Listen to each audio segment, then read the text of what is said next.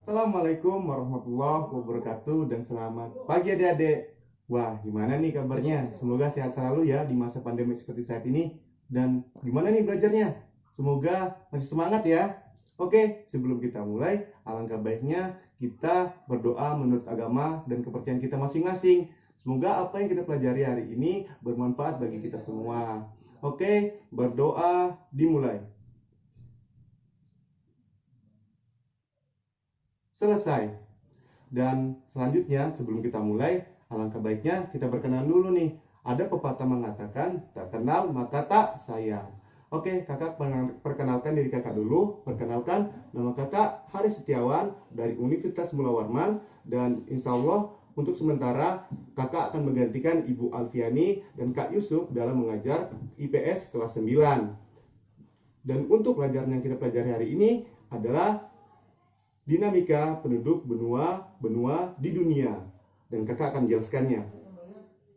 Let's go! Bismillahirrahmanirrahim. Pada hari ini kita akan mempelajari dinamika penduduk benua di dunia dengan subtema dinamika penduduk Asia dan Amerika. Oke, sebelum kita lanjut, apa sih dinamika penduduk? Dinamika penduduk ialah sebuah perubahan keadaan penduduk.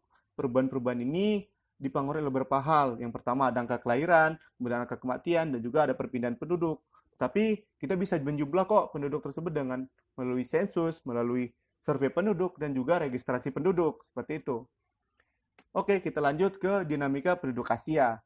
Berdasarkan data World Population Data Sheet atau WPDS pada tahun 2005, jumlah penduduk Asia mencapai 3 miliar 921 jiwa. Jumlah tersebut bertambah menjadi 4 miliar 397 juta jiwa pada tahun 2015.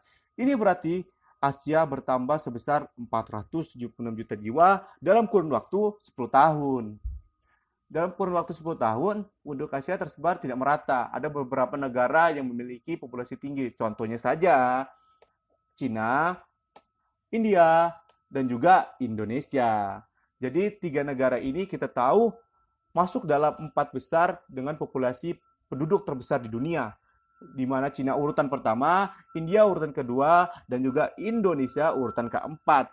Jadi sumbangsi penduduk terbesar di Asia adalah 3 negara ini, seperti itu. Lanjut, untuk wilayahnya penduduk tertinggi ada 3. Yang pertama ada Asia Timur, ada Asia Selatan, dan juga Asia Tenggara, di mana 3 wilayah ini ada negara yang penyumbang sumbangsinya terbesar seperti Cina, India, dan juga Indonesia.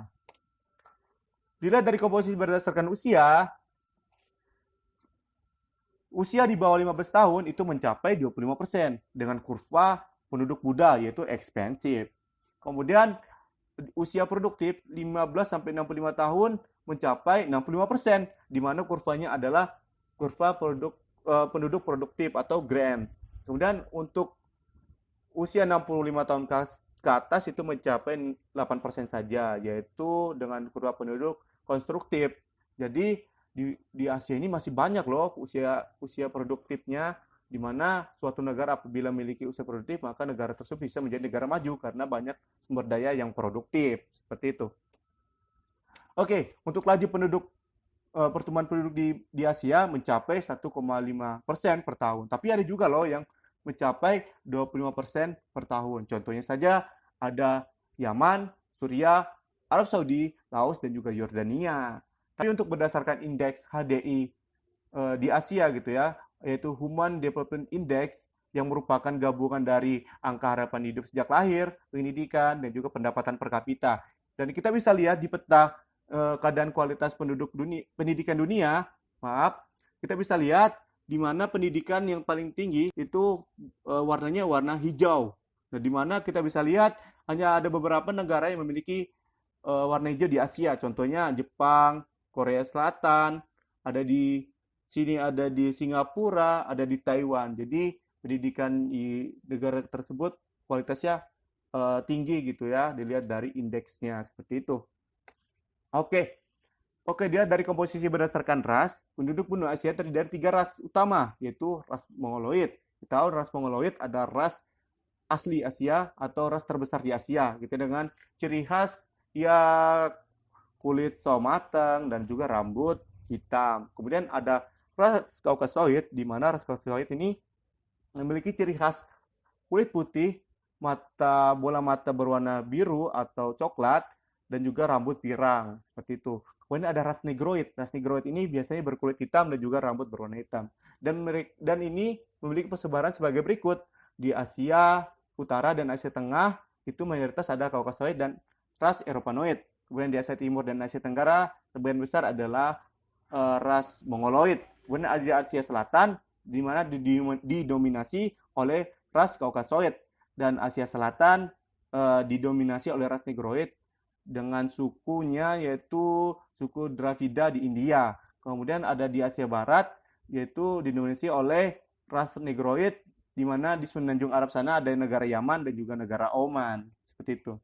Oke, kita lanjut. Kita tahu di negara Asia memiliki banyak sekali budaya, agama, dan bahasa. Contohnya saja gitu ya, kita bisa lihat Indonesia memiliki banyak sekali bahasa. Sekitar 600 bahasa asli daerah yang ada di Indonesia gitu ya. Kemudian ada Filipina sekitar 100 bahasa. Kemudian di India ada 1680 bahasa daerah. Ya, bayangkan banyak sekali bahasa yang ada di Asia. Kemudian ada agama di benua Asia itu ada banyak. Kemudian ada Hindu, ada Sikh, ada Konfusisme, ada Theonisme, ada Shinto, ada Buddha, ada Islam, ada Kristen, dan juga ada Yahudi. Untuk kebudayaannya, kita tahu budaya Asia itu banyak sekali gitu ya. Dimulai dari musik, ada keramik, kaligrafi, lukisan, peralatan, kemudian ada yang paling terkenal adalah arsitekturnya yang dari Cina seperti itu. Nah, ini ada contohnya ras Negroid. Yang contohnya adalah Mongoloid, maaf, Mongoloid. Contohnya saja suku Dayak dan juga orang-orang Cina seperti Jackie Chan seperti itu. Kemudian untuk budayanya kita bisa lihat ada budaya Ponorogo yang berasal dari Indonesia. Tentunya saja budaya di Asia lah, seperti itu. Oke, untuk dinamika penduduk Amerika, penduduk benua Amerika pada tahun 2005 mencapai angka 880 juta jiwa, sedangkan pada tahun 2015 mencapai 980 juta jiwa. Ini berarti terjadi pertambahan penduduk sebesar 99 juta jiwa dalam kurun waktu 10 tahun. Laju pertumbuhan penduduk benua Amerika tergolong rendah, yakni 0,9% per tahun.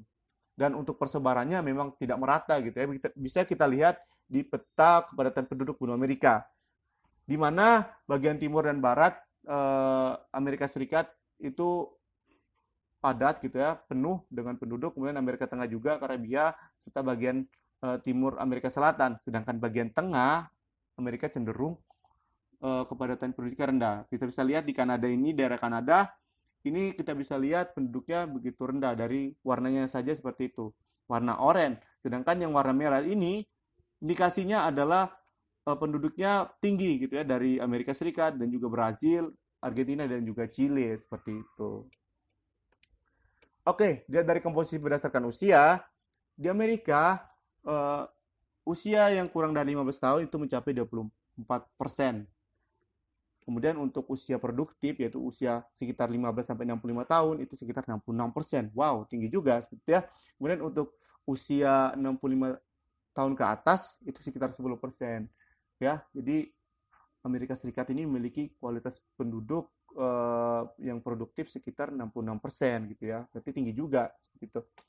Kemudian untuk daftar negara yang memiliki kualitas penduduk yang tinggi, pertama ada Amerika Serikat, ada Kanada, ada Argentina, ada Chile, dan juga ada Brazil, dan juga ada yang lain. Tetapi ada juga yang sedang gitu ya, kualitas penduduknya, di mana ada Bolivia, ada Venezuela, seperti itu. Kemudian untuk penduduk asli Amerika merupakan suku Indian, di mana suku Indian ini adalah suku asli benua Amerika, tetapi dengan datanya ras-ras pendatang seperti ras Kaukasoid, ras Negroid, serta ras Mongoloid, suku Indian ini mulai punah gitu ya, bahkan sudah hampir punah dilihat di dunia gitu ya, bahkan di Amerika.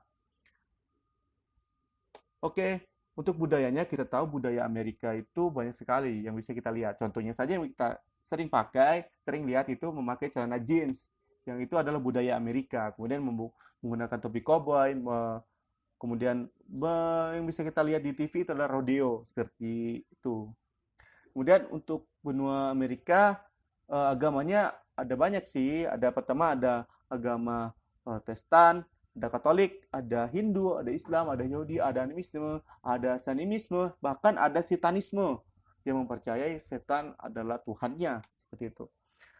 Oke, dilihat dari banyaknya bahasa bahasa di Amerika itu ada bahasa utama yaitu bahasa Inggris, tapi juga ada bahasa-bahasa yang lain seperti bahasa Portugis, Spanyol, Aymara, Dayu, dan juga lain-lain. Dan juga di Amerika terkenal dengan musik dan juga jogetannya yang terkenal dari Brazil, yaitu tarian samba. Oke, sekian penjelasan dari saya. Oke, gimana nih apa yang kakak presentasikan? Semoga jelas ya. Semoga ilmu yang kakak berikan bermanfaat bagi adik-adik semua. Oke, selanjutnya kakak akan memberi motivasi sedikit nih untuk belajar kalian. Jadi untuk selanjutnya jangan putus semangat dalam belajar, karena belajar adalah jembatan untuk sukses ke masa depan. Jadi dibuka yang kakak kasih, lihat video ini berulang-ulang agar ilmu yang didapat dapat bermanfaat bagi adik-adik. Oke, selanjutnya kakak akan memberitahu bahwasanya minggu depan kita akan mempelajari dinamika penduduk Eropa, Afrika, dan juga Australia. Jadi jangan lupa dipelajari ya. Oke, untuk selanjutnya kakak akan tutup. Wassalamualaikum warahmatullahi wabarakatuh. See you next time.